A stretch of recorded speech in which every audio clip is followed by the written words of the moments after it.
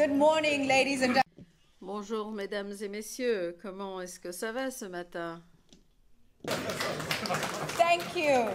Merci beaucoup. Est-ce que nous sommes prêts à parler de l'Afrique? Est-ce que nous sommes prêts à explorer les façons d'aller en avant et de voir l'état de l'Afrique en ce moment-ci? Je m'appelle Julie Gichourou. Je suis très contente d'être ici avec vous aujourd'hui. Je suis une panafricaine et une vraie optimiste et je suis très engagée dans ce continent. Nous allons parler de la fragilité. Le hashtag, c'est Africa, S-O-A-R. Africa, S-O-A-R. Nous sommes aussi sur le web et nous souhaitons la bienvenue à tous ceux qui nous écoutent dans le continent africain et dans le reste du monde. Avant de commencer, je voulais reconnaître et applaudir le chanteur qui a joué tellement bien pour nous il y a quelques moments. Il s'appelle Ménès La Plume. Il est né à Lubumbashi, la République démocratique du Congo, et il était un réfugié.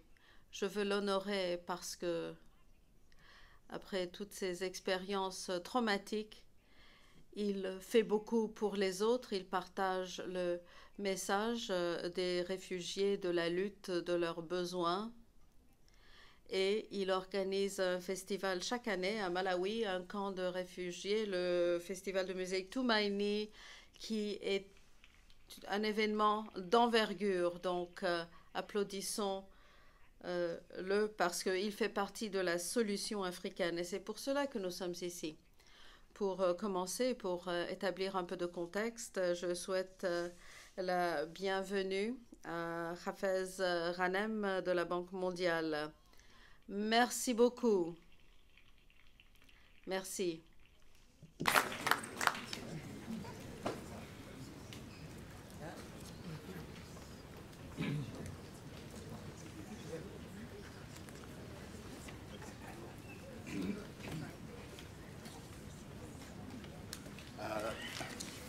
Thank you very much.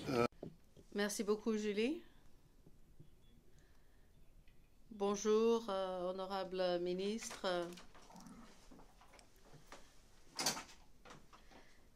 Et notre honorable Premier ministre, chers amis, chers collègues, c'est un vrai plaisir pour moi de vous souhaiter la bienvenue à notre événement biannuel qui porte sur la situation en Afrique. J'aimerais aussi saluer tout le monde qui est avec nous en ligne. Je veux remercier les membres de ce panel de façon très spéciale, surtout son Excellence, le Premier ministre Hassan Ali Her de la Somalie, son Excellence la ministre Aïchatou Mouramakane du Niger, son Excellence Alamine Ousmane Mey du Cameroun,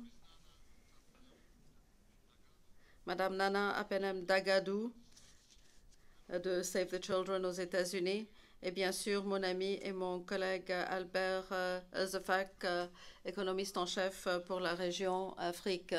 J'aimerais me joindre à Julie pour remercier Ménès La Plume d'avoir joué cette musique merveilleuse. Je vais commencer par vous parler un peu de l'économie africaine et de la situation. La croissance économique est dans les 2,3%. C'est l'estimé pour 2018. C'est une baisse parce qu'en 2017, nous étions à 2,5%. Il y a une croissance démographique depuis les 2 dernières années. Ce n'est pas un bon résultat, mais je veux indiquer les différentiels entre nos pays sur le plan de la croissance. Il y a des pays comme l'Éthiopie, le Kenya, le Ghana, Côte d'Ivoire, le Sénégal, où la croissance est à 6 ou 7%. Donc, nous avons beaucoup de réussite en Afrique, de pays qui réussissent très bien. il y a certains pays, surtout les pays qui sont des exportateurs de pétrole, qui ont été frappés par la chute des prix du pétrole et qui ne sont pas en train de croître du tout, ou peut-être très lentement. Ceci pousse la moyenne vers le bas.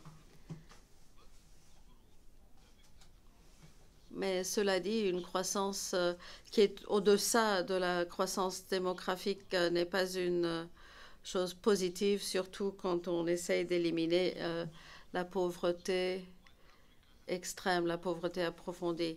L'Afrique a pu réduire le taux de pauvreté dans tout le continent, mais cela ne suffit pas, étant donné la croissance démographique actuelle. Le nombre de personnes qui vivent dans la pauvreté ont augmenté par 130 millions pendant les 2 dernières décennies. Donc nous baissons le taux de la pauvreté, mais le nombre absolu de pauvres en Afrique est en train d'augmenter.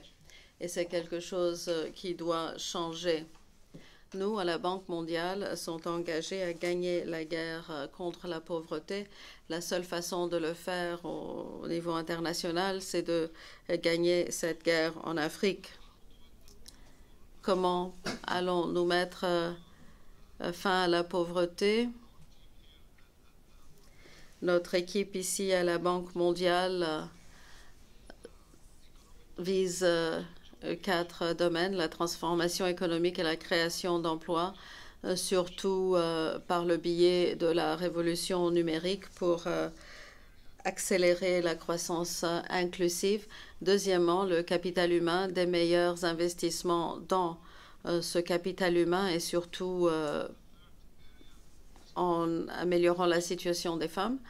Nous voulons combler l'écart de l'infrastructure avec des partenariats avec le secteur privé et avec les expertises. Nous voulons aussi, en 4e lieu, réduire la fragilité et les conflits. Nous voulons trouver des activités qui contribuent à la stabilité de notre région. Aujourd'hui, je vais parler beaucoup de ce 4e domaine, nous attaquer à la fragilité et au conflit, et à élaborer des activités qui encouragent la stabilité et réduisent le conflit. Beaucoup de pays fragiles sont sur le continent africain. Quelque 28% de la population africaine vit dans des zones fragiles. Et cette fragilité cause beaucoup de souffrance humaine pour ceux qui sont dans le piège de la pauvreté. Le coût a été très élevé. 55% de la population a souffert de cette fragilité. La fragilité entrave la croissance économique. Quand il y a des conflits et de l'instabilité dans un pays, les impacts sont transfrontaliers et régionaux. Que pouvons-nous faire? Nous appuyons les pays fragiles de façon plus approfondie. Nous nous attaquons aux problèmes qui sont enracinés dans la région. Nous voulons identifier les facteurs qui causent cette fragilité et voir comment nous, en tant qu'institutions qui promouvoient le développement, peuvent contribuer. Il y a des causes politiques, des causes ethniques, des causes religieuses qui mènent à la fragilité, mais il y a aussi des causes économiques et sociales.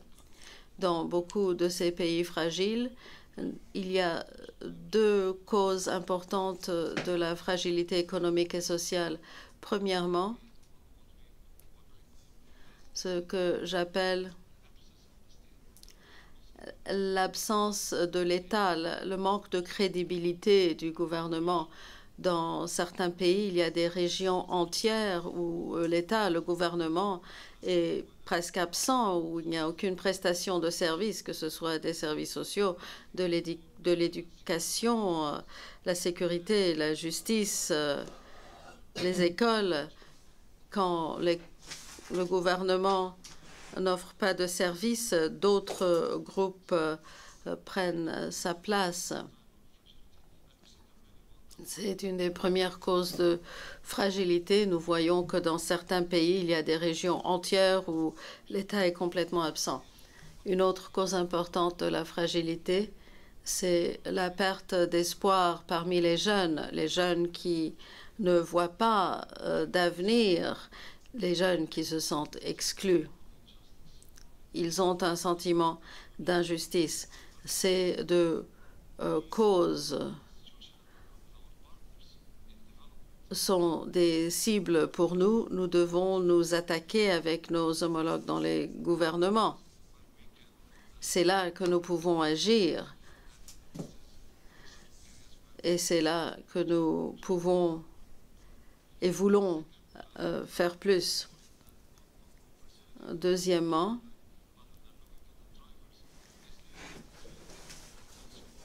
il est très important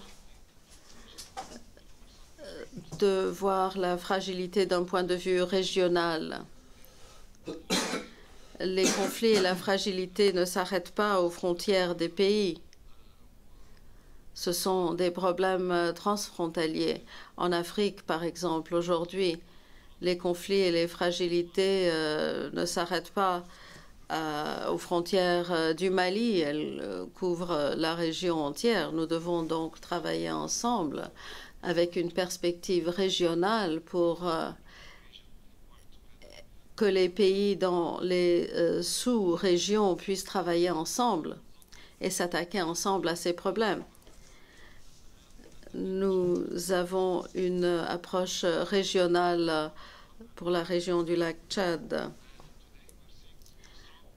Cette région a une population d'à peu près 180 millions de personnes. Un des leaders politiques de l'Afrique est avec nous aujourd'hui, le Premier ministre de la Somalie. Et ce leadership politique fort en Somalie, au Kenya par exemple, est en train d'entraîner un changement approfondi qui aide l'Afrique à arriver à une meilleure stabilité. Comment est-ce que ces mouvements politiques peuvent être transformés en croissance économique pour les régions? C'est une question importante. Pour que cette transformation politique soit réussie et viable, elle doit mener à des résultats concrets. Et c'est un domaine dans lequel nous travaillons de près avec nos partenaires de l'Afrique de l'Est et avec d'autres partenaires comme Stefano de la Commission européenne, à qui je souhaite la bienvenue. Donc, il faut appuyer ces pays-là. Alors, dans la région du Sahel, nous appuyons donc l'élan qui a été créé par le G5, Burkina Faso, Mali, Niger, Tchad, et nous avons l'honorable ministre du Niger qui est parmi nos invités aujourd'hui. Bienvenue. La stabilité, la fragilité dans le Sahel sont propulsées par plusieurs facteurs, dont la dégradation environnementale. La moitié de la population de 80 millions qui habite dans le Sahel en moins de 15 ans. Alors, il y a un manque de débouchés économiques, surtout pour les jeunes femmes et les jeunes hommes. Et ça crée un piège de fragilité régionale. Plus de 2000 écoles ont fermé leurs portes à cause de l'insécurité. Ça veut dire que 400 000 enfants ne sont pas à l'école et plus de 10 000 professeurs n'ont plus d'emploi. Les taux de fécondité dans le Sahel sont les plus importants du monde. Et 2 fois plus que le reste de l'Afrique. Alors, des régions entières du Sahel connaissent une situation où l'État n'est pas là et ce vide est comblé par plusieurs groupes. On travaille avec nos partenaires, avec l'Alliance G5 du Sahel et on met l'accent sur l'appui pour ces régions-là. Je vais vous en donner un exemple du type de projet qui vise à contrer les facteurs de la fragilité. Alors, le projet Incona au Mali. C'est un projet qui a adopté une démarche très spéciale dans le centre du pays, du Mali. Alors, le projet vise à offrir des services et rétablir la crédibilité de l'État dans la région et ensuite créer des débouchés d'emploi. Et c'est une démarche globale axée sur une région bien précise. On fait la même chose dans la République centrafricaine. Il y a un projet qui est en cours. J'y étais il y a quelques semaines. C'est le projet Longo. En dernier lieu, j'aimerais dire ou faire sortir deux choses, deux constats en fait qui sont importants. Tout d'abord, l'habilitation des femmes, la responsabilisation des femmes. Ça, c'est la première chose. Oh, I should have said that earlier to get more. J'aurais dû peut-être le dire plus tôt, comme ça vous m'auriez applaudi plus tôt. Alors, j'aimerais vous parler du pourquoi. Pourquoi il faut mettre l'accent sur l'habilitation des femmes. Alors, c'est important, c'est un principe de base, c'est un droit humain, si vous voulez, mais c'est également important pour assurer le développement économique et pour contrer le conflit et les situations de fragilité. Un des plus grands problèmes auxquels on fait face, c'est le fait qu'on a beaucoup de jeunes qui se sentent marginalisés, qui se sentent en fait en situation de désespoir.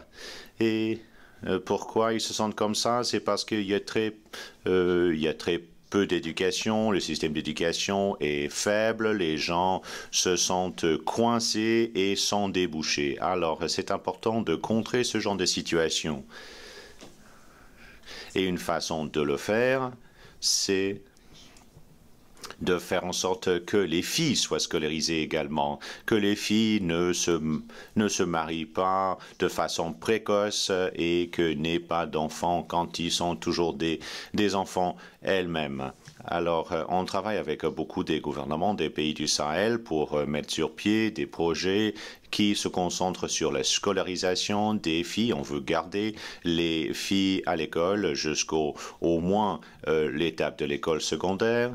On veut également aider les familles, on doit assurer la scolarisation des filles, mais des fois, des familles ressortent leurs filles de l'école pour les marier, pour avoir de l'argent. Donc, il faut mettre en place un système de protection sociale pour encourager les familles à garder leurs filles à l'école. Il faut également renforcer le système sanitaire pour faire en sorte que les services de santé reproductive soient disponibles pour les femmes et également les services de santé pour les enfants. Et il faut également offrir des débouchés économiques pour les jeunes femmes au fur et à mesure qu'elles terminent leur scolarité.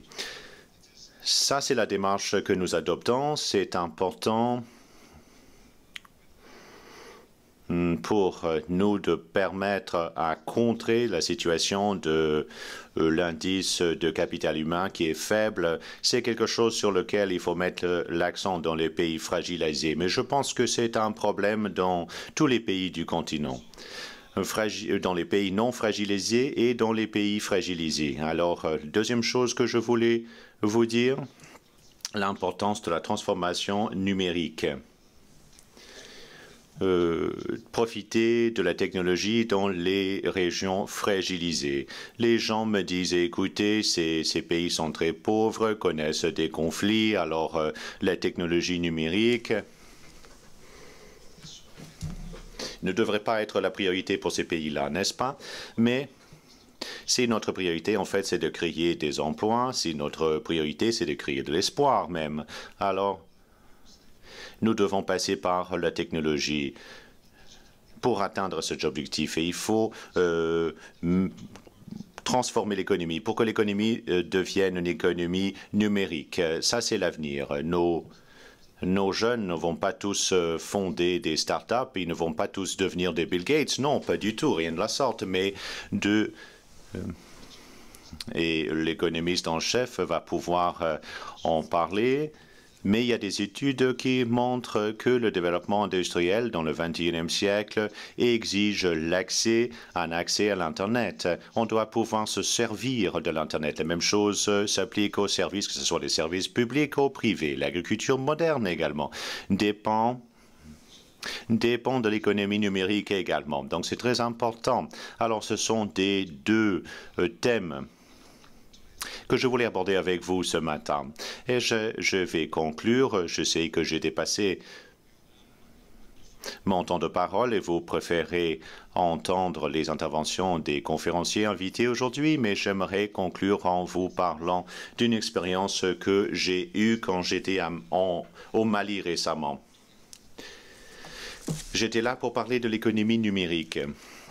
J'ai rencontré un groupe de jeunes entrepreneurs qui travaillaient sur la robotique, les plateformes d'éducation en ligne, des paiements en ligne, des applications de médias sociaux adaptés aux langues locales. Je parlais en fait à des entrepreneurs, des femmes, des jeunes mères qui étaient en train d'investir dans ces domaines. Il y avait un homme qui se servait d'une imprimante en 3 dimensions. C'était la première fois que j'avais vu en fait ce genre d'imprimante. J'ai dû me rendre au Mali pour voir une imprimante en 3D. Imaginez. Alors, ces jeunes hommes se servaient de cette imprimante et de la robotique pour façonner, concevoir une prothèse, une main pour une femme qui avait perdu sa main lors du conflit. C'était donc un exemple impressionnant. Et ça montre en fait que les jeunes ont la capacité de faire preuve de créativité, d'innover, même dans les situations les plus extrêmes, les plus difficiles, dans les situations de fragilité, de conflit, même dans ces situations-là, les jeunes peuvent se servir de ces technologies pour avancer. Alors, j'aimerais conclure avec une petite anecdote. Je pense que ça sera source d'inspiration et d'espoir pour vous, comme Julie. J'aimerais vous dire que je suis très optimiste face à l'avenir de l'Afrique et je suis un panafricaniste. Et je pense que suite à cette discussion aujourd'hui, vous allez tous devenir panafricanistes et des optimistes africains également.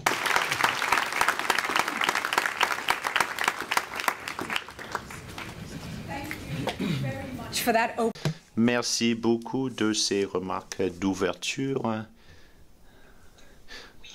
Alors, nous devons garder espoir. Nous devons assurer le changement. Notre discussion ce matin va le faire ressortir. Maintenant, j'aimerais qu'on souhaite la bienvenue à l'économiste en chef pour la région africaine de la Banque mondiale, Alfred Zuffa, qui va nous parler de la recherche et des constats qui vont nous permettre d'avancer.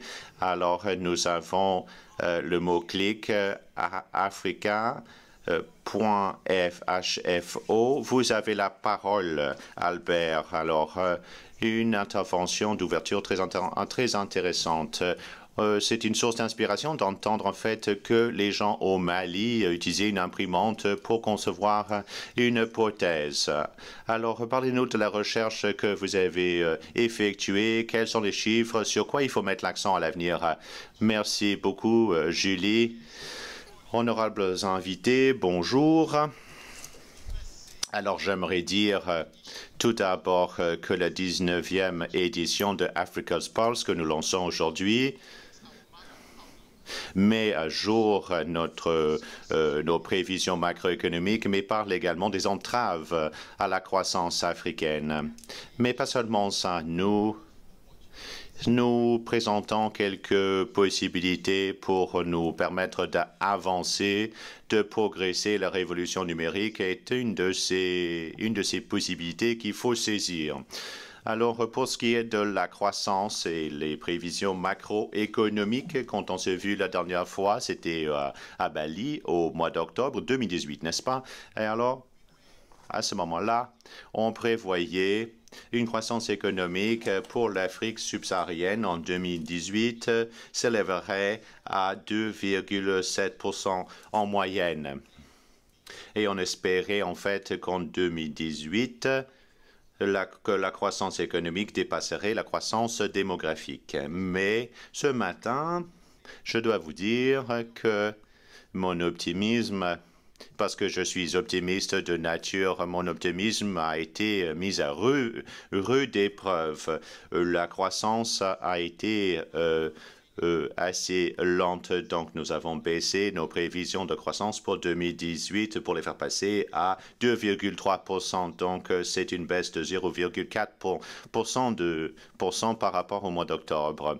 Pour 2019 maintenant, alors on prévoit une croissance subsaharienne de 2,8%. Alors, Julie, il faut prendre du recul. Il faut qu'on se pose quelques questions assez difficiles. 3 ans après la crise de 2016, notre croissance est en deçà de 3%. Et pendant 3 années de suite, notre croissance économique ne dépasse pas ou est en deçà, en fait, de la croissance démographique. Ça veut dire qu'on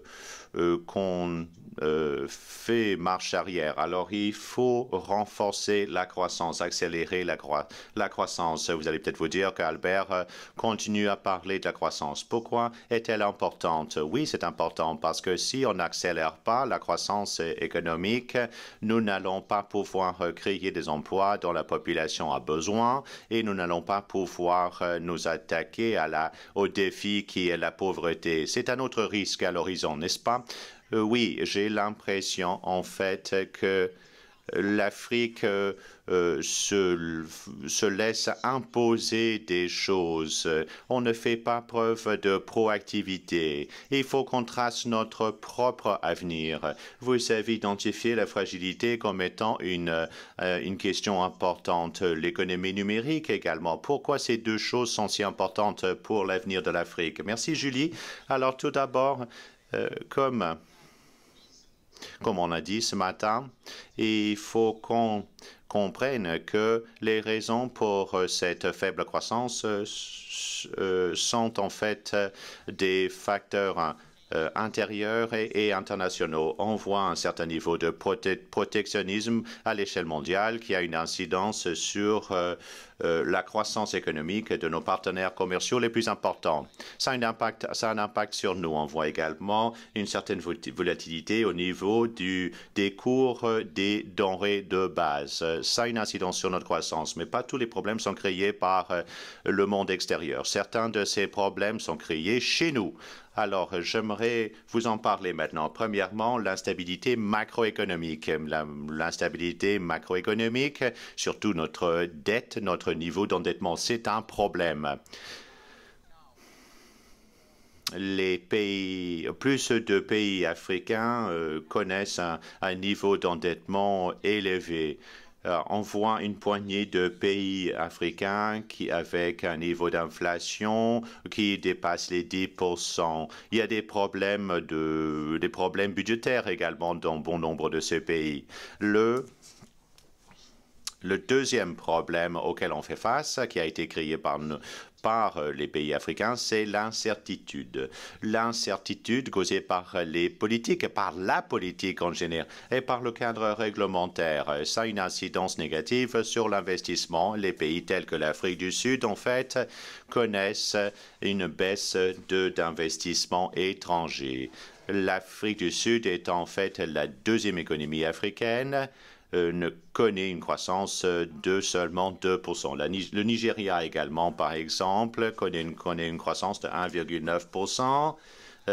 C'est une augmentation par rapport à l'année dernière quand c'était 1,8%, mais pas très reluisant. Et troisièmement, la fragilité coûte cher aux pays africains. Nous estimons dans notre rapport, en fait, que la fragilité dans plusieurs pays africains nous coûte 0,5% du PIB. Donc, c'est 2,5% en 5 ans. C'est important.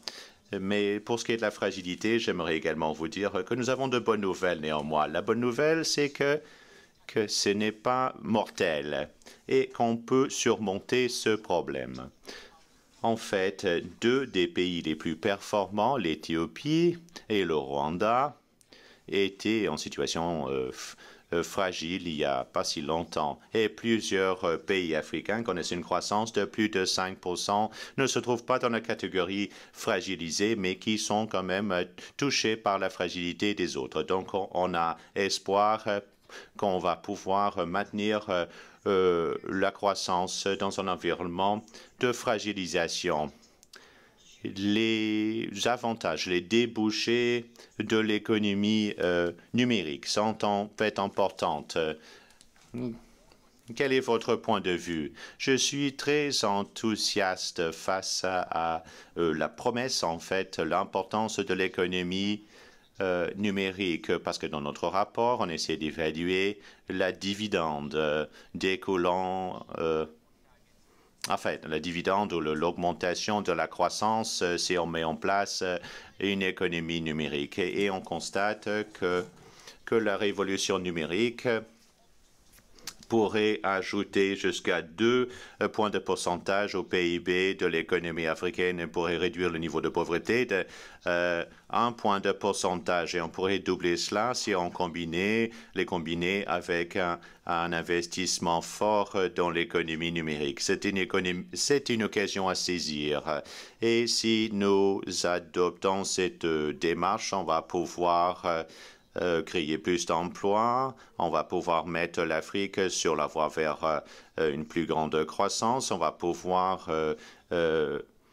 favoriser la croissance dans plusieurs secteurs. On est à la traîne par rapport au reste du monde pour ce qui est de l'infrastructure numérique, l'infrastructure de large bande, par exemple. Nos pays doivent investir lourdement là-dessus, mais il y a des pays, en fait, qui font de bonnes choses dans ce domaine. Le Rwanda, par exemple. J'aimerais maintenant souhaiter la bienvenue à nos conférenciers. Tout d'abord, Hassan Ali Kari, qui est le Premier ministre de la Somalie. Venez au podium, s'il vous plaît. We welcome. Ensuite, Aïchacho Kane, ministre de la Planification du Niger. Ensuite, souhaitons la bienvenue à Alamine Ousmane, qui est le ministre de Planification de l'Aménagement du territoire du Cameroun. Et ensuite, nous avons Nana Dagadou, qui est conseillère en santé reproductive de Save the Children. Souhaitons-lui la bienvenue et je vais demander à tout le monde de venir ici. Je vais demander à Hafez Ghanem de se joindre à nous. Albert va rester des nôtres également. Yes, Menes La Plume. Did you have a message for him, sir? Yeah. Menes La Plume, avez-vous un message? Où êtes-vous, Menes? Levez-vous, s'il vous plaît. Venez, venez, venez. We have something in common, me and him. Nous avons quelque chose en commun, lui et moi. Les anciens réfugiés doivent se retrouver.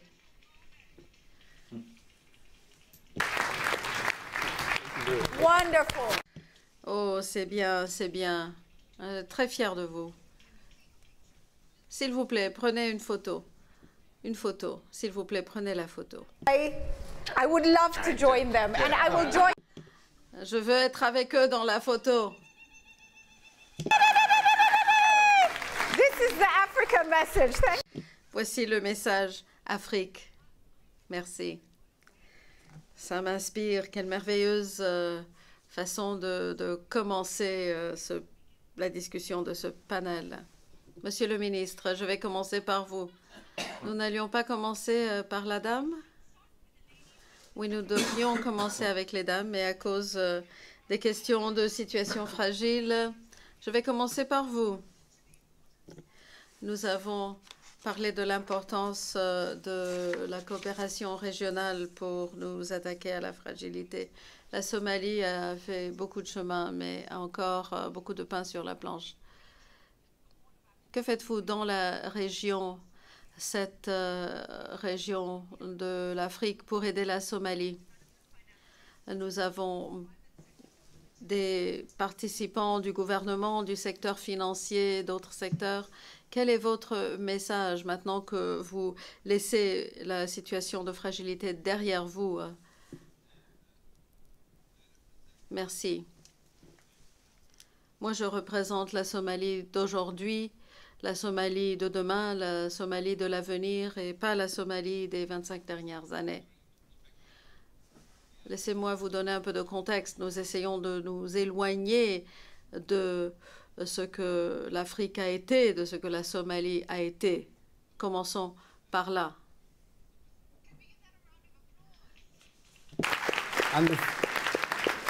Thanks, Julie. The second... Merci. Deuxièmement, nous sommes ouverts pour les affaires. Nous avons beaucoup de potentiel. À commencer par la population somalienne, les jeunes, 25% de notre population a moins de 30 ans.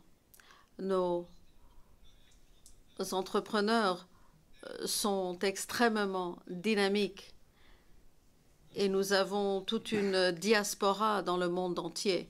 Nous avons aussi un potentiel pétrolier pour les minéraux, les ressources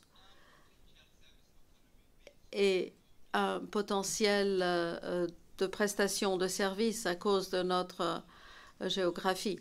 Donc, notre pays pourrait avoir une économie de 300 millions de personnes, mais nous n'avons que 15 millions de personnes. Donc, ça veut dire quoi? Nous devons nous réveiller et voir les possibilités de notre continent. Comment pouvons-nous avancer? Il faut un environnement qui offre la sécurité et l'environnement nécessaire pour les affaires. Il faut voir cela dans une perspective régionale. Qu'est-ce qu'on fait? Parce que ce qu'on fait en Somalie a un impact sur le Rwanda, l'Ouganda, le Kenya, Djibouti. Nous ne pouvons pas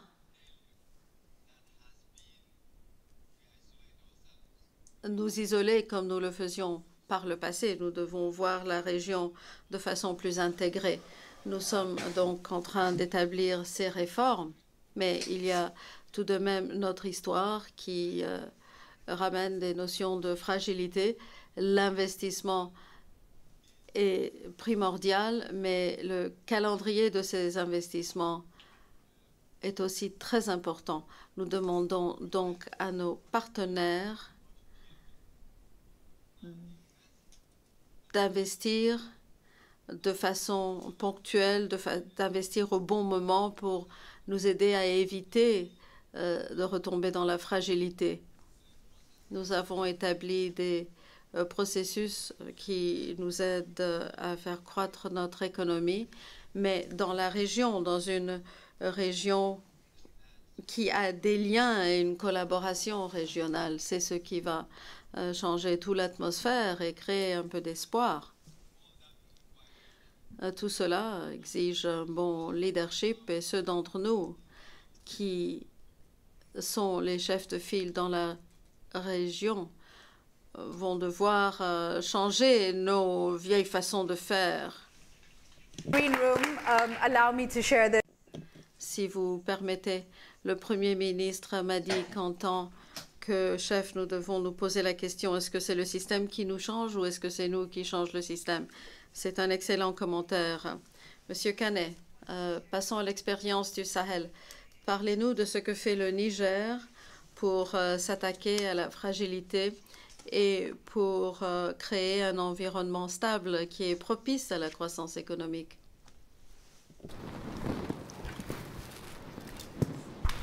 Merci beaucoup. Le Niger, comme les autres pays du G5 Sahel, ont très tôt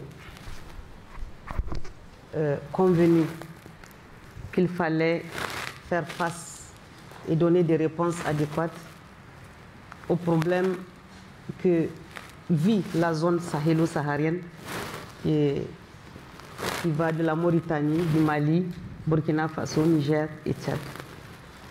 Cette zone, en plus du choc climatique, s'est retrouvée dans une situation de choc sécuritaire pour lequel il fallait des réponses immédiates. Et la première réponse, c'était pour les pays de mutualiser leurs efforts.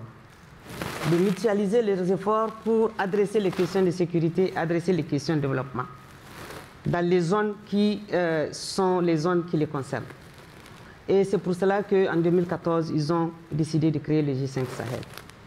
Et pour donc adresser ces deux grandes questions de sécurité et de développement, pour les questions de sécurité, nous avons la force G5 qui malheureusement nous avons dû mettre en place pour lutter contre le terrorisme. Mais à côté de cette force pour donc assurer la sécurité de la zone, nous avons mis en place un programme d'investissement prioritaire pour adresser les questions de gouvernance dont Hafez parlait, pour adresser les questions de résilience des populations, les questions d'infrastructure, les questions de gouvernance, je disais, et de sécurité aussi. Parce que les questions de sécurité aussi, c'est une question d'investissement, surtout dans les zones qui sont justement les plus reculées. Et donc, face à cette dynamique créée par les pays du G5 Sahel, nous avons eu je dirais, une réponse positive des partenaires qui se sont constitués en Alliance Sahel. Cette Alliance Sahel ne s'est pas constituée juste pour dire on est solidaire avec vous, mais elle s'est constituée pour assurer la complémentarité des interventions des pays comme des organisations multilatérales telles que la Banque mondiale qui se sont regroupées.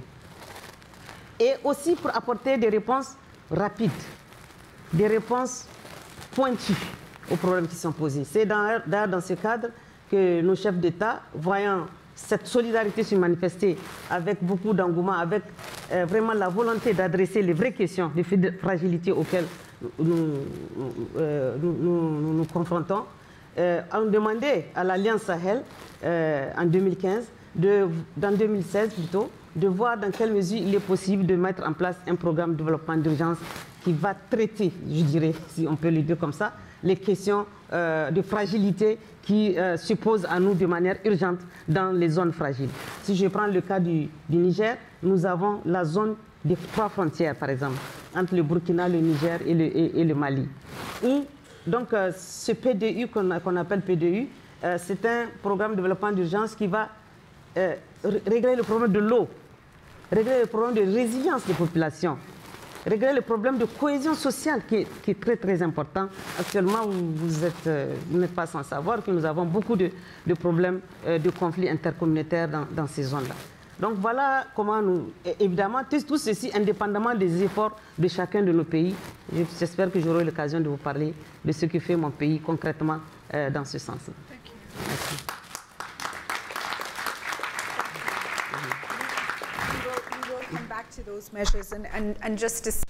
Nous allons revenir à ces mesures bientôt, mais il est primordial de nous attaquer aux problèmes qui sont profondément enracinés dans nos régions. Maintenant, le Cameroun, votre pays, reçoit beaucoup de réfugiés de ces zones en situation fragile et situation de conflit. Que faut-il faire pour qu'il y ait la stabilité qui est nécessaire pour que le continent puisse progresser? Premièrement, j'aimerais vous dire qu'il est fascinant de faire partie d'un panel comme celui-ci qui est tellement optimiste.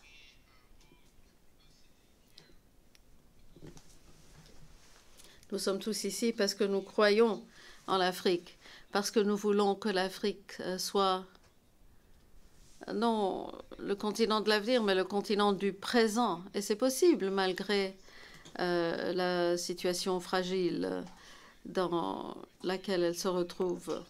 Je vais parler de mon pays et de nos expériences. Premièrement, parlons du pourquoi.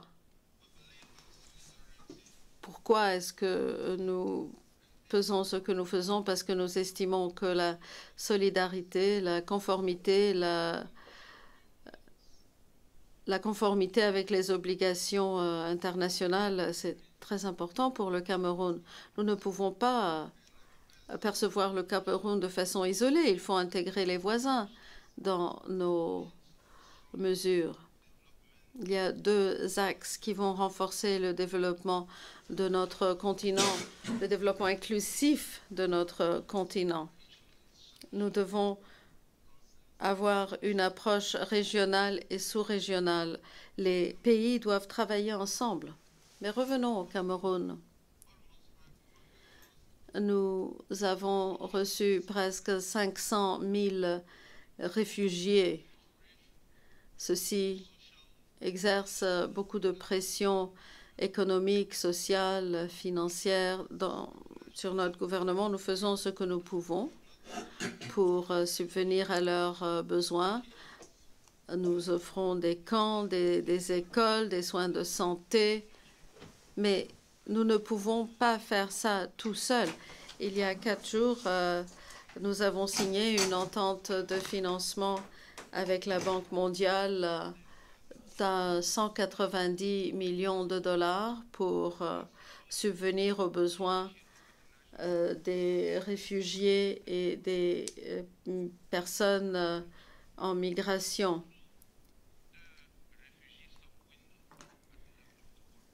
La Banque mondiale nous aide par leurs mesures conçues pour l'aide aux réfugiés. Il faut avoir une approche mondiale, internationale à cette question. Hafez a parlé de 2 aspects que nous affrontons dans mon pays. La présence de l'État et la prestation de services. Pour ce qui est des questions liées à Boko Haram, notre approche est d'assurer la sécurité en faisant appel aux forces multinationales pour qu'on puisse sécuriser la région. Mais ce n'est que la première étape. La deuxième étape, qui, si possible, est encore plus importante, c'est de donner de l'espoir et des perspectives de débouchés économiques pour la population. Les ressources ne servent pas seulement à offrir des services sociaux, mais ils servent aussi à intégrer les réfugiés, les personnes déplacées à l'économie. Quelqu'un qui a été déplacé de chez lui a des compétences et il veut contribuer à l'économie de l'endroit où il se trouve. Notre croissance ne suffit pas en ce moment, mais nos capacités, notre potentiel, notre volonté de transformer notre continent est assez forte pour profiter de la transformation numérique. Cette transformation numérique aura le pouvoir de galvaniser tous les secteurs, le commerce, la santé, l'éducation, tous les autres. La fragilité représente un défi aujourd'hui, oui, mais c'est un défi à court terme. Le développement, c'est un défi à long terme. Et c'est seulement en travaillant ensemble que nous pourrons nous attaquer à des problèmes pour arriver à des meilleurs résultats à un meilleur coût. Il faut que nos efforts soient régionaux. Le Cameroun ne pourra pas avancer plus vite s'il fait cavalier seul. Nous devons travailler en coalition, en collaboration. Je crois que c'est pour ça que nous voyons la salle tellement pleine aujourd'hui. Merci. Nana, je vais parler un peu de votre expérience. Vous avez beaucoup d'expérience avec Save the Children, l'absence de l'État est une source de fragilité, le manque d'espoir, le désespoir est une source de fragilité. Le travail que vous faites, Nana, donne des résultats merveilleux. Que pouvez-vous nous dire à ce sujet-là?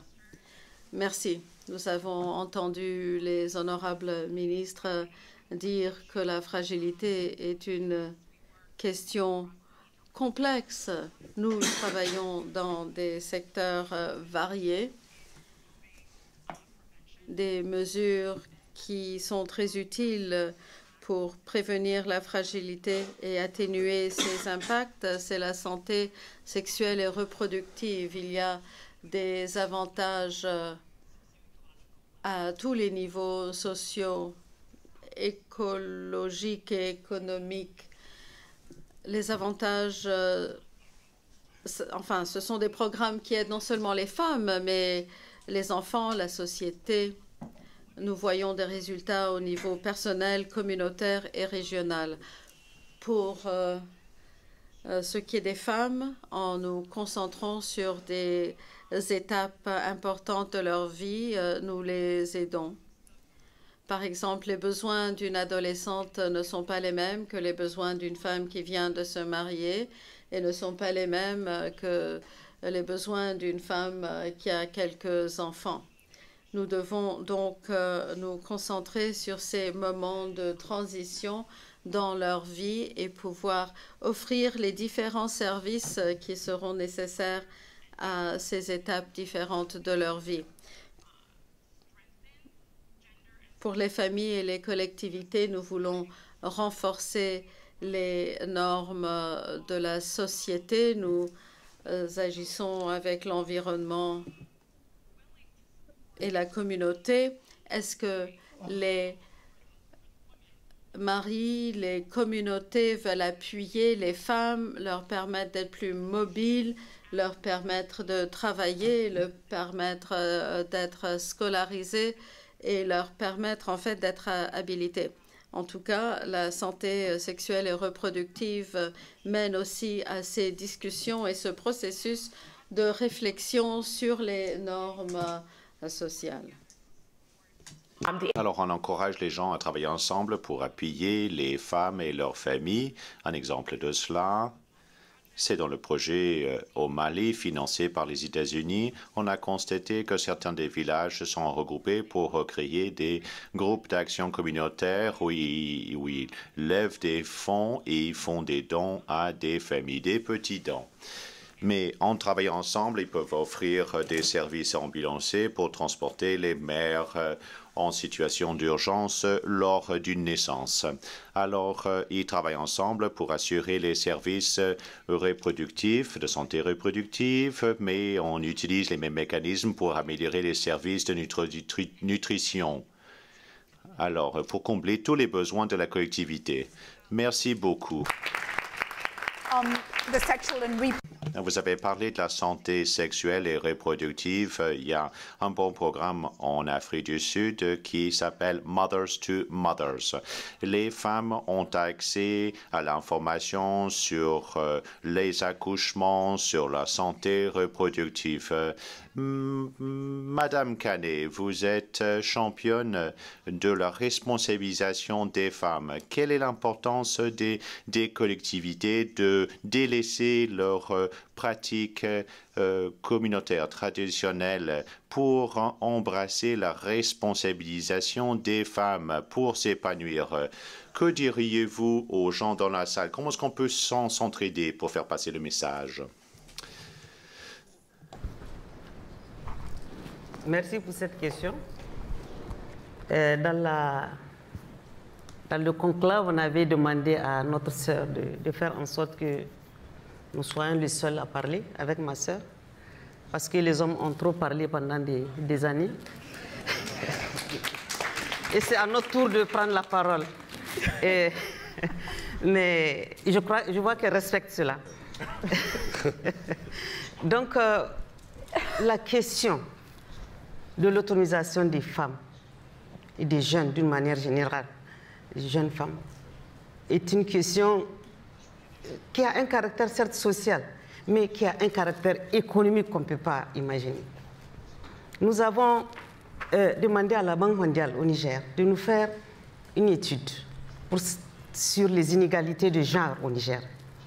Et l'étude a montré que si nous arrivons à supprimer les inégalités de genre en matière d'emploi, les inégalités de genre en matière de place de la femme dans la société, les inégalités de genre en matière d'éducation, d'ici 2030, le Niger va accroître son PIB de 30%. 30%. Cela veut dire, et nous sommes dans cette, je dirais, dans cette logique. Parce que le Niger est en train de faire des réformes. Le Niger s'est engagé sur cette voie de manière très courageuse, parce que vous savez bien que c'est des questions très sensibles, les questions de démographie et autres. Dans un pays comme le Niger, à 99% musulmans, un président de la République qui dit qu'il faut trouver le moyen de mettre fin aux grossesses précoces, il faut mettre fin au mariage précoce, il faut faire en sorte que le taux de fécondité qui est de 7 enfants par femme en 2012 soit à 5,6 enfants par femme en 2021. Donc, cette ambition est accompagnée. Et elle est accompagnée par les partenaires. Bien sûr, nous faisons les réformes qu'il faut pour cela, particulièrement la scolarisation de la jeune fille dont Hafez a parlé. La scolarisation de la jeune fille est très importante. Il faut la scolariser, mais il faut la maintenir à l'école, au moins, comme il a dit, jusqu'au secondaire. Pourquoi? Cette scolarisation, d'abord, va permettre à la femme d'être instruite, à la future femme d'être instruite, et donc de planifier sa vie sur la base d'une claire vision de son avenir. Mais ça permet aussi d'arrêter les mariages précoces. Ça permet d'arrêter les grossesses précoces. Ce qui veut dire que par le biais de cette scolarisation de la jeune fille, nous pouvons atteindre la transition démographique que nous voulons. Mais ceci ne suffit pas. Grâce au programme Suède que nous sommes en train de mettre en œuvre, qui est un programme régional d'ailleurs, qui est une réponse à la fragilité par la Banque mondiale, et qui est d'ailleurs mentionné dans le rapport de M. Zefag. Ce programme Suède nous permet de créer les conditions de prendre en charge les filles déscolarisées. Parce que c'est une chose de maintenir les filles qui sont déjà à l'école, mais une autre est de ramener celles qui sont sorties du système pour les ramener dans le système, d'une manière ou d'une autre. Et c'est ce que nous appelons les espaces sûrs. Les espaces sûrs ont permis au Niger de former, d'encadrer 250 000 jeunes Nigériennes qui aujourd'hui se prennent en main, comme on dit. Non seulement elles sont éduquées, elles savent lire et écrire maintenant, mais elles sont formées à des activités génératrices de revenus. Il y a aussi les hommes. Nous avons les écoles des maris. Parce que la planification familiale dont vous parlez, c'est vrai, c'est une décision qui doit être perçue comme une décision commune du mari et de la femme. Or, en général, la femme n'a pas voix au chapitre quant à la façon dont elle doit gérer son nombre de grossesses, etc. Donc, l'école des maris, donc la sensibilisation des maris, faire en sorte que les maris accompagnent leurs femmes aux consultations, qu'ils soient sensibilisés aux risques que court la femme quand elle fait des grossesses rapprochées, beaucoup de grossesses. Donc, à amener des maris à accepter la planification familiale, donc à faire en sorte que la gestion de la famille soit une gestion des deux. Je vais vous dire une chose. La région où cette question de l'école de Marie a le plus marché, c'est une région, la région des Anders, où vous pouvez avoir une jeune femme de 30 ans qui est déjà grand-mère. Et ceci va s'arrêter. Ceci va, grâce à les écoles de Marie, grâce aux espaces sûrs, grâce à la scolarisation de la jeune fille, et nous sommes en train de voir les résultats. Alors, la question que vous avez posée, c'est que ce mouvement-là, ce mouvement n'est pas un seul mouvement du programme Suède et tout ça.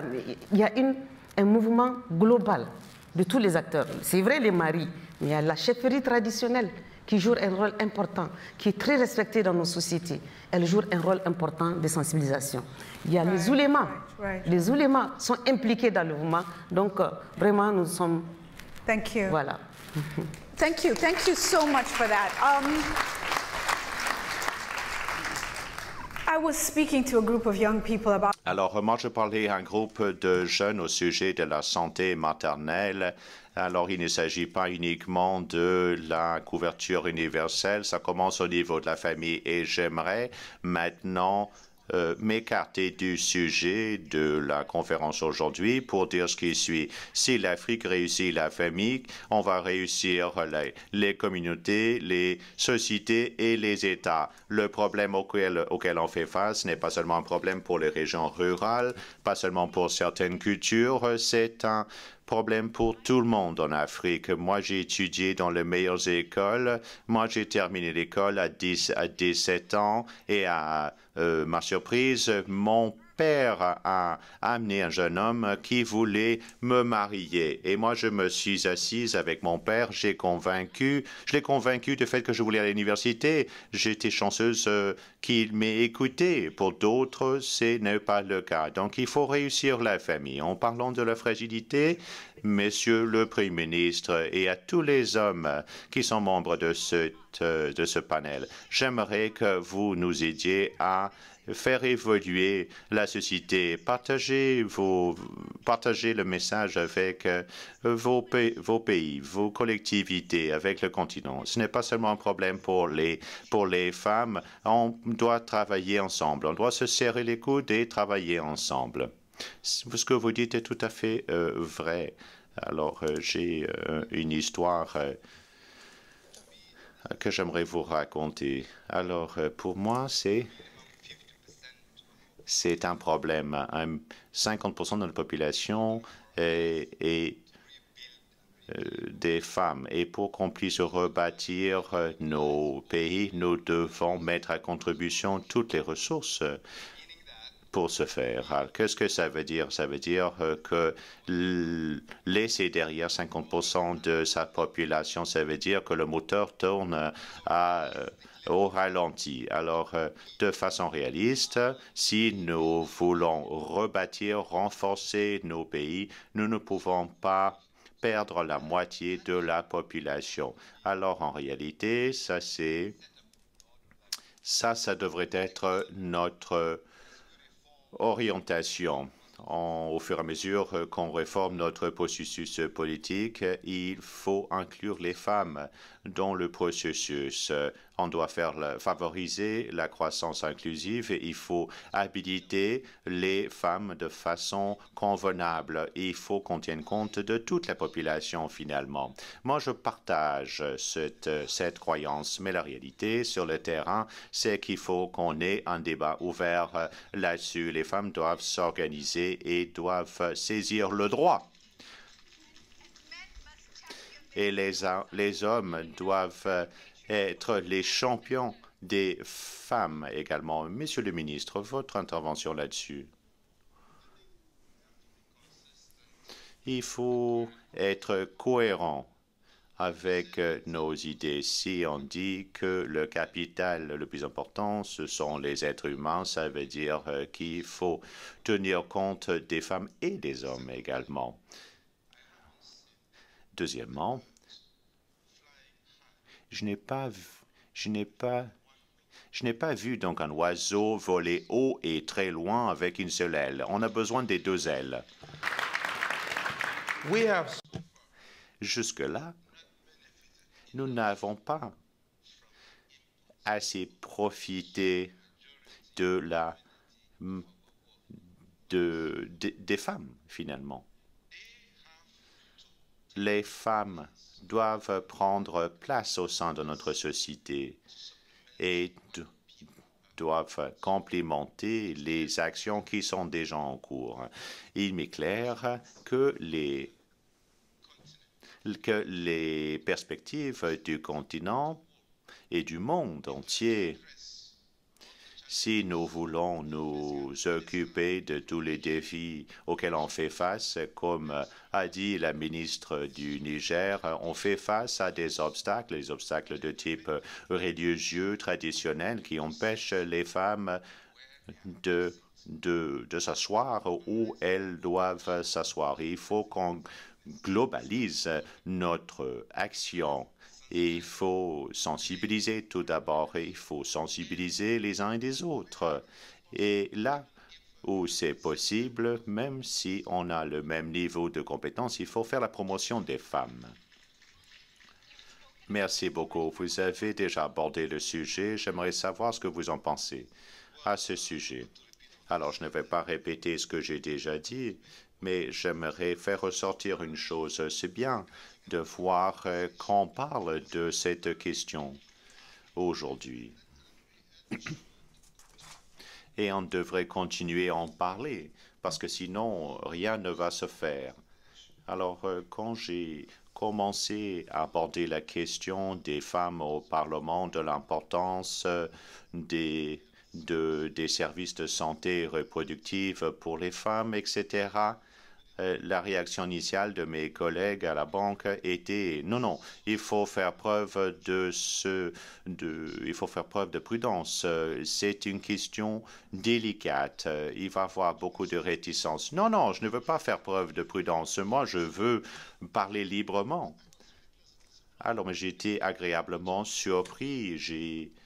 J'ai eu la possibilité d'en parler avec tous les dirigeants des pays de notre continent et pas un seul, ou un seul en fait, un seul de tous ces dirigeants et s'est montré réticent. Vous voulez peut-être le nommer? Non, pas du tout. Alors, 1 sur 20. Tous les dirigeants sont d'accord. Mais on ne peut pas attendre donc les changements ascendants. Il faut qu'on pousse, qu'on favorise ce changement. Je suis contente de voir en fait qu'on accueille favorablement votre message. Albert, ensuite, on va céder la parole à votre collègue et ensuite au grand public. Alors, 2 choses. Premièrement, l'économie axée sur l'inclusion des femmes et des hommes est une économie intelligente. Pourquoi? Parce que nos filles, nos femmes,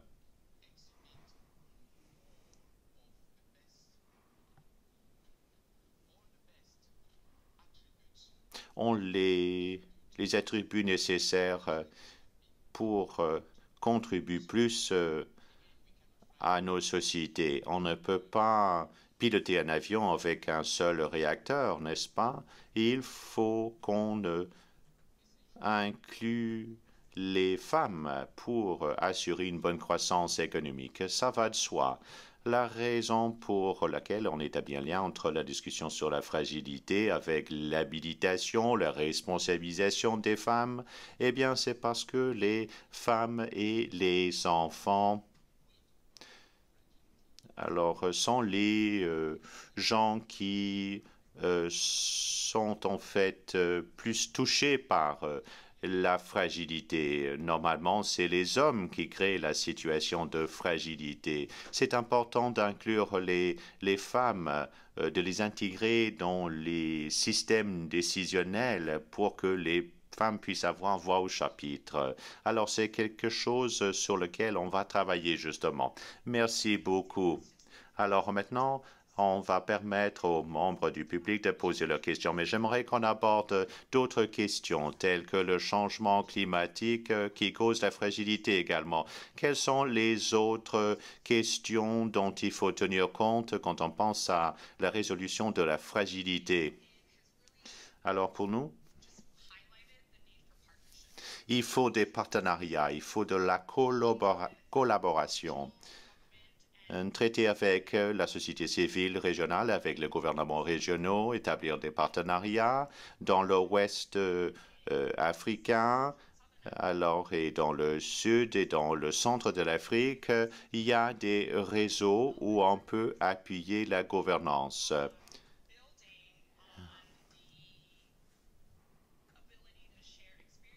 on permet donc le partage des expériences, des leçons apprises et des fois des ressources humaines.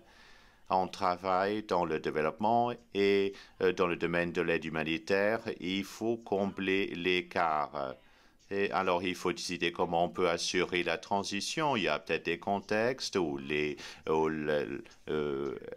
il faut mettre l'accent sur les deux choses. Alors même, des petites retouches à nos systèmes peuvent augmenter la résilience. Dans la région à la frontière entre la Somalie et le Kenya, on a un projet qui vise à améliorer la santé reproductive pour les populations nomades, les populations qui se déplacent. Les populations ont besoin des services lors de leur déplacement, mais ils ont également besoin des services quand ils s'établissent dans une région donnée. Quelle est l'interface entre nous et cette population qui fait face à des problèmes découlant du changement climatique? Il y a également la question de la sécurité qui est traitée. Tout cela est fait. On essaie de mettre sur pied un système d'unité mobile au niveau communautaire pour eux. Ça a été tout un défi, mais fort intéressant. Je pense que c'est la voie de l'avenir. C'est fascinant parce que nous avons des questions d'écosystème, les partenariats sont importants, il faut combler les écarts là où les compétences existent. 3 questions. Alors, vous, ou tout en avant, en fait, et ensuite les 2 femmes. Bonjour, je m'appelle Fami Akibi, je viens du Nigeria. Alors, il me fait plaisir d'être des vôtres aujourd'hui. J'espère que le jour reviendra quand tous les Africains vont parler une seule langue sans interprétation. Deuxièmement, on parle de l'état fragile du continent africain. Et alors, on n'a pas parlé des plusieurs facteurs qui ont mené à la fragilité. Alors, l'économie est trop petite, trop faible pour concurrencer. Nous n'avons même pas modifié nos frontières. Nous n'avons pas les mêmes systèmes bancaires. Si on veut œuvrer sur le plan international, il faut donc contrer les problèmes émanant de notre histoire coloniale. Alors, il faut qu'on se penche sur les systèmes militaires, bancaires, etc. Au Nigeria, avec une population de 180 millions, on utilise 70% de nos recettes pour rembourser la dette internationale. Nous avons une identité nationale, nous avons nos propres drapeaux, mais il va falloir qu'on s'occupe en fait de nos vrais problèmes. Il faut qu'on ait un cadre panafricain axé sur notre économie pour qu'on puisse nous libérer. Lady in green, please. La dame en vert. Bonjour, bonjour mesdames et messieurs. Madame Gichuru est le vice-président de la banque. J'aimerais applaudir le vice-président de la Banque mondiale parce que c'est la première fois que j'entends un vice-président de la Banque mondiale parler de l'habilitation des femmes. Mon entreprise s'appelle le groupe international Segueros. Je me concentre sur l'Afrique et je suis basée ici à Washington. Je suis une femme africaine qui a grandi sur la terre. Les femmes africaines sont des agriculteurs. Ils n'ont pas besoin d'économie, qu'ils ont besoin d'argent pour qu'ils puissent s'agenouiller et préparer la nourriture pour elles-mêmes et pour les enfants. Vous savez, ce n'est pas le numérique qui va aider les récoltes.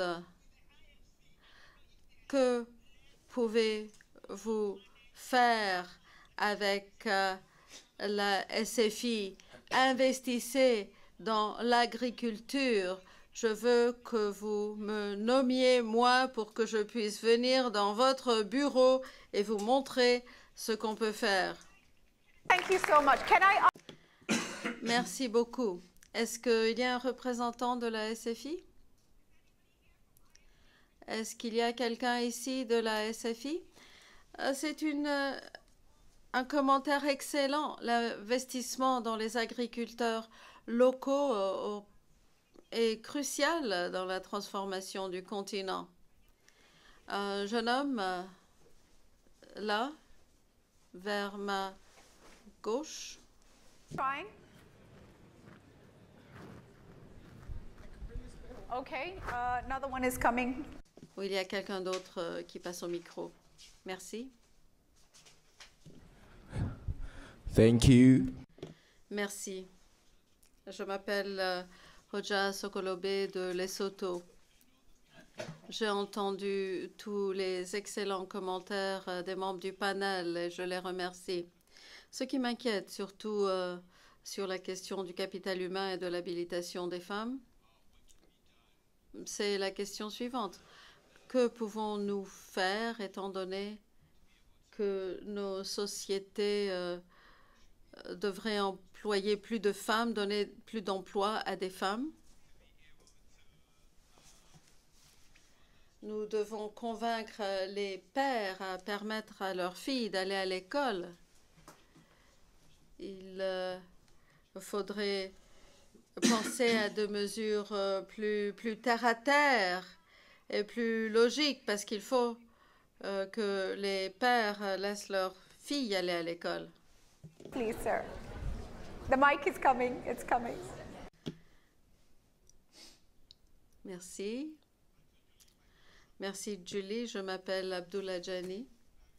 Je suis le directeur exécutif.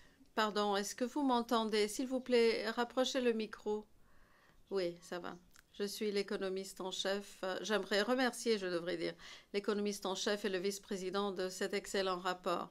J'ai deux commentaires rapidement. Premièrement, je n'ai pas entendu beaucoup parler de la gouvernance en Afrique. La gouvernance est primordiale. Nous avons des indices. Il faut aussi améliorer notre capacité de gérer les risques associés au réchauffement planétaire. Nous savons que, par exemple, à Mozambique, ça a un impact néfaste sur la croissance du continent. Voici quelqu'un d'autre, Stefano. Merci, merci beaucoup. Je suis de la Commission européenne. 3 commentaires qui portent sur la fragilité. Nous aurions dû apprendre avec nos partenariats que la fragilité n'est pas votre fragilité, c'est notre fragilité commune.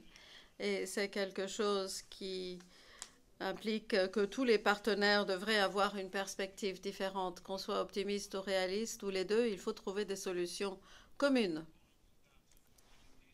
Deuxièmement, la fragilité est très souvent identifiée avec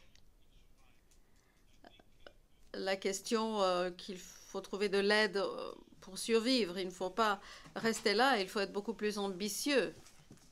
C'est ce que nous avons appris, par exemple, en travaillant avec la Somalie, en travaillant avec la région du Sahel. La Somalie a été ambitieuse et nous a poussés à être ambitieux.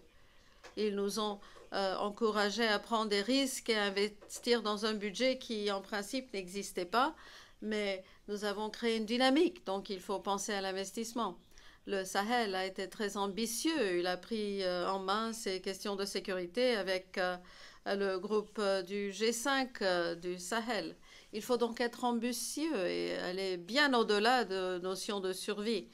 Parfois, il faut survivre et c'est sur ça qu'on se concentre, mais il faut bâtir une résilience.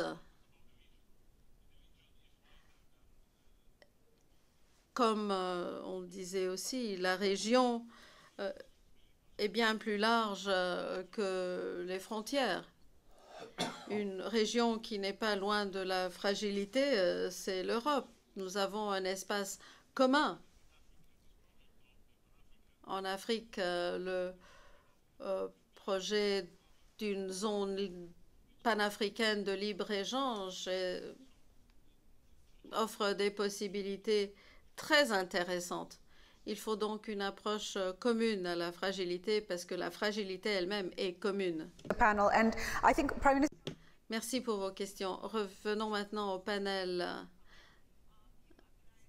Abdoulaye a dit vous n'avez pas parlé de l'état de gouvernance, en tout cas pas de façon directe. Parlons un peu de cela. Il y a beaucoup de choses qui se transforment, mais en même temps, il y a des révolutions paisibles, des choses que nous n'avions pas souvent vues. Donnez-nous donc votre point de vue là-dessus. Le premier commentaire, l'Afrique ne doit pas faire concurrence avec elle-même. Nous devons agir de façon intégrée. Oui, nous devons parler de gouvernance. Nous avons essayé de la voir en contexte. Les leaders du continent doivent prendre en compte les réalités du XXIe siècle. Nous devons établir des systèmes qui auront un impact sur la gouvernance de notre pays dans les 2 ou 3 prochains siècles. Nous établissons des institutions, des réformes économiques, des réformes sécuritaires, des processus politiques solides. Et ce qui va empêcher les situations de conflit à l'avenir. Nous voulons aussi apprendre de nos voisins et du reste du continent pour que, à l'avenir, nous puissions prendre des forces. Les leaders africains doivent travailler ensemble, absolument. C'est exactement ce que vous dites. Nous devons nous aider les uns les autres, pas faire concurrence. L'avenir est dans nos mains. Le potentiel des ressources est à nous à développer. Qu'est-ce qui va faire la différence? La façon dont nous nous gérons nous-mêmes. Monsieur le ministre, vous entendiez Stefano et vous avez dit que vous vouliez répondre à sa question. Alors, quels seraient vos commentaires là-dessus? Je vais parler français, si vous permettez. Contribution de Stéphane sur le traitement des fragilités, pas dans le sens uniquement de l'assistance humanitaire ponctuelle, mais la préparation à une insertion économique à long terme est fondamentale. Nos pays ont réussi à gérer, avec l'appui des partenaires, le traitement des questions conjoncturelles, mais les questions structurelles font l'objet d'une démarche sous-régionale. Et je vous ai donné l'exemple du projet sur le bassin du lac Tchad, qui intègre le Cameroun, le Tchad, le Niger, pour construire autour de ce bassin du lac Tchad, qui a perdu 90% de sa surface, de l'eau, que les populations dans ces régions puissent bénéficier d'une démarche structurelle qui prend en compte les attentes d'aujourd'hui et de demain en matière d'éducation, d'infrastructures, de développement d'activités économiques, pour leur permettre de sortir durablement de la fragilité. Je voulais donc souligner et saluer l'apport de nos partenaires multiples. La Banque mondiale est en train de travailler avec nous dans le cadre de ce projet pour construire, après les problèmes de sécurité, de stabilité, construire économiquement le futur de ces régions de manière concertée et sous-régionale. Nous le savons tous, et je reviendrai à la question posée par notre frère du Nigeria, les fragilités ne connaissent pas les frontières. Elles ne demandent pas de visa pour traverser un pays et aller dans un autre pays. D'où la nécessité de combiner les efforts pour ensemble régler les problèmes de fragilité au-delà de nos frontières. La question de Boko Haram à laquelle je faisais allusion a permis de mobiliser des forces multinationales qui viennent du Niger, du Cameroun, du Tchad, du Nigeria, pour faire face à ce défi. Il est clair qu'après le défi sécuritaire, c'est le défi économique. Dernier point, la gouvernance. Vous avez à raison posé la question de la gouvernance, mais deux éléments fondamentaux, à mon avis, sont à prendre en compte. L'éducation et la participation. L'éducation, c'est la base pour pouvoir apporter une contribution au plan politique, au plan opérationnel. L'inclusion, et c'est là où je finirai, les femmes et les jeunes éduqués devraient participer au débat politique, aux décisions et à la mise en œuvre. Raison pour laquelle l'autonomisation et la participation des jeunes et des femmes dans le processus de gouvernance va automatiquement changer l'environnement et participer donc à l'éclosion d'une nouvelle ère pour le continent africain. Thank you so much. Yes, please. Merci beaucoup. Madame Kane. Merci beaucoup. Je voulais intervenir dans le sens de ce que mon frère Alamine vient de dire, bon, ce qui concerne le bassin du lac Tchad et tout ce qu'il a eu à dire, je pense que nous sommes tout à fait d'accord. Je voudrais répondre à ma sœur par rapport à l'agriculture. L'économie numérique peut booster la production agricole. L'économie numérique peut booster le commerce des produits agricoles. L'économie numérique peut faire en sorte que nous puissions développer des chaînes de valeur dans nos pays.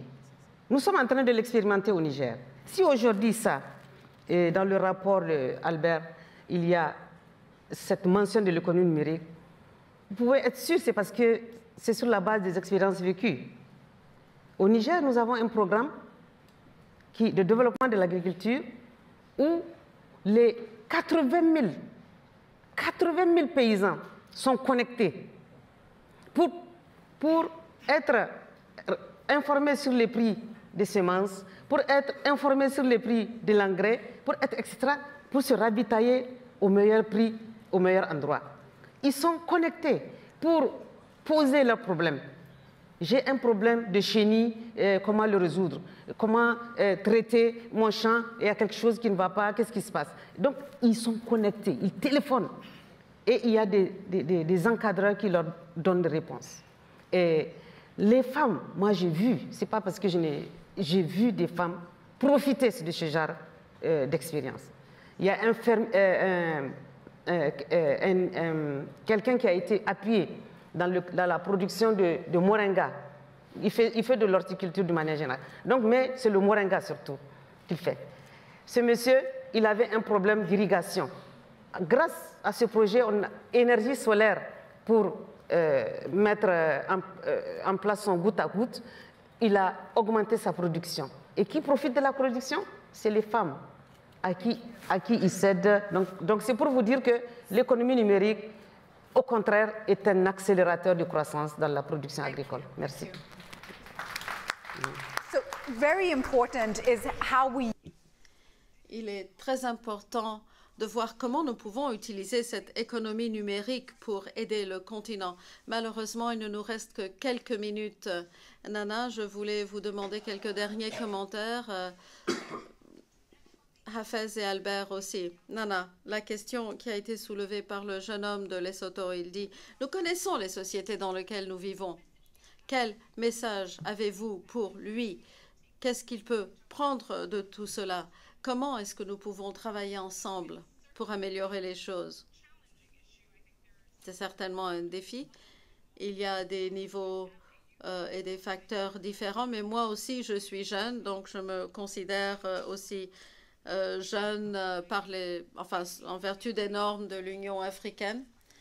Save the Children encourage les jeunes de participer à toutes les étapes du processus. Je fais des recherches, des évaluations et nous encourageons la participation des jeunes pour ces évaluations et pour tout ce que nous faisons. C'est très bien si vous pouviez partager vos expériences et vos histoires.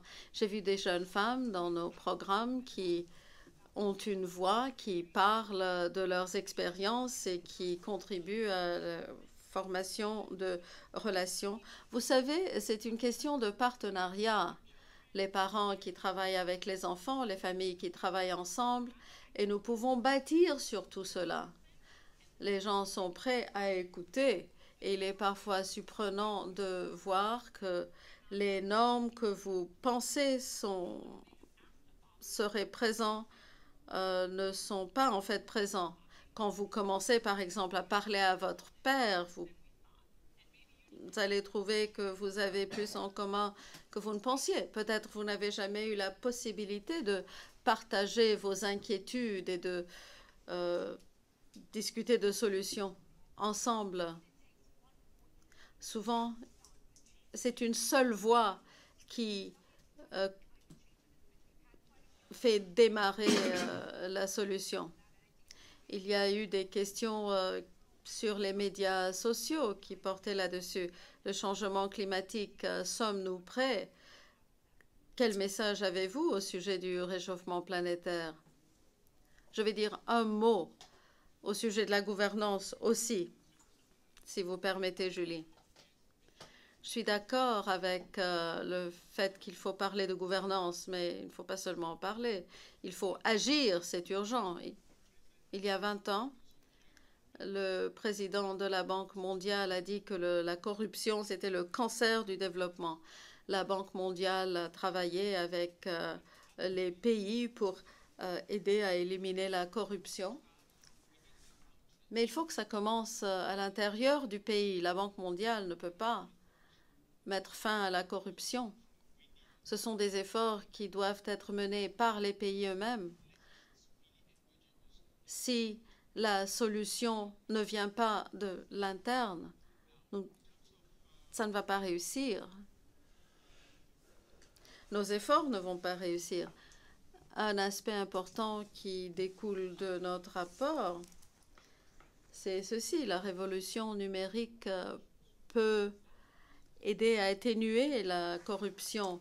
Les plateformes numériques peuvent mieux gérer les systèmes d'impôts, de financement, peuvent ajouter de la transparence aux dépenses publiques et peuvent aider à améliorer la reddition de comptes dans les transactions entre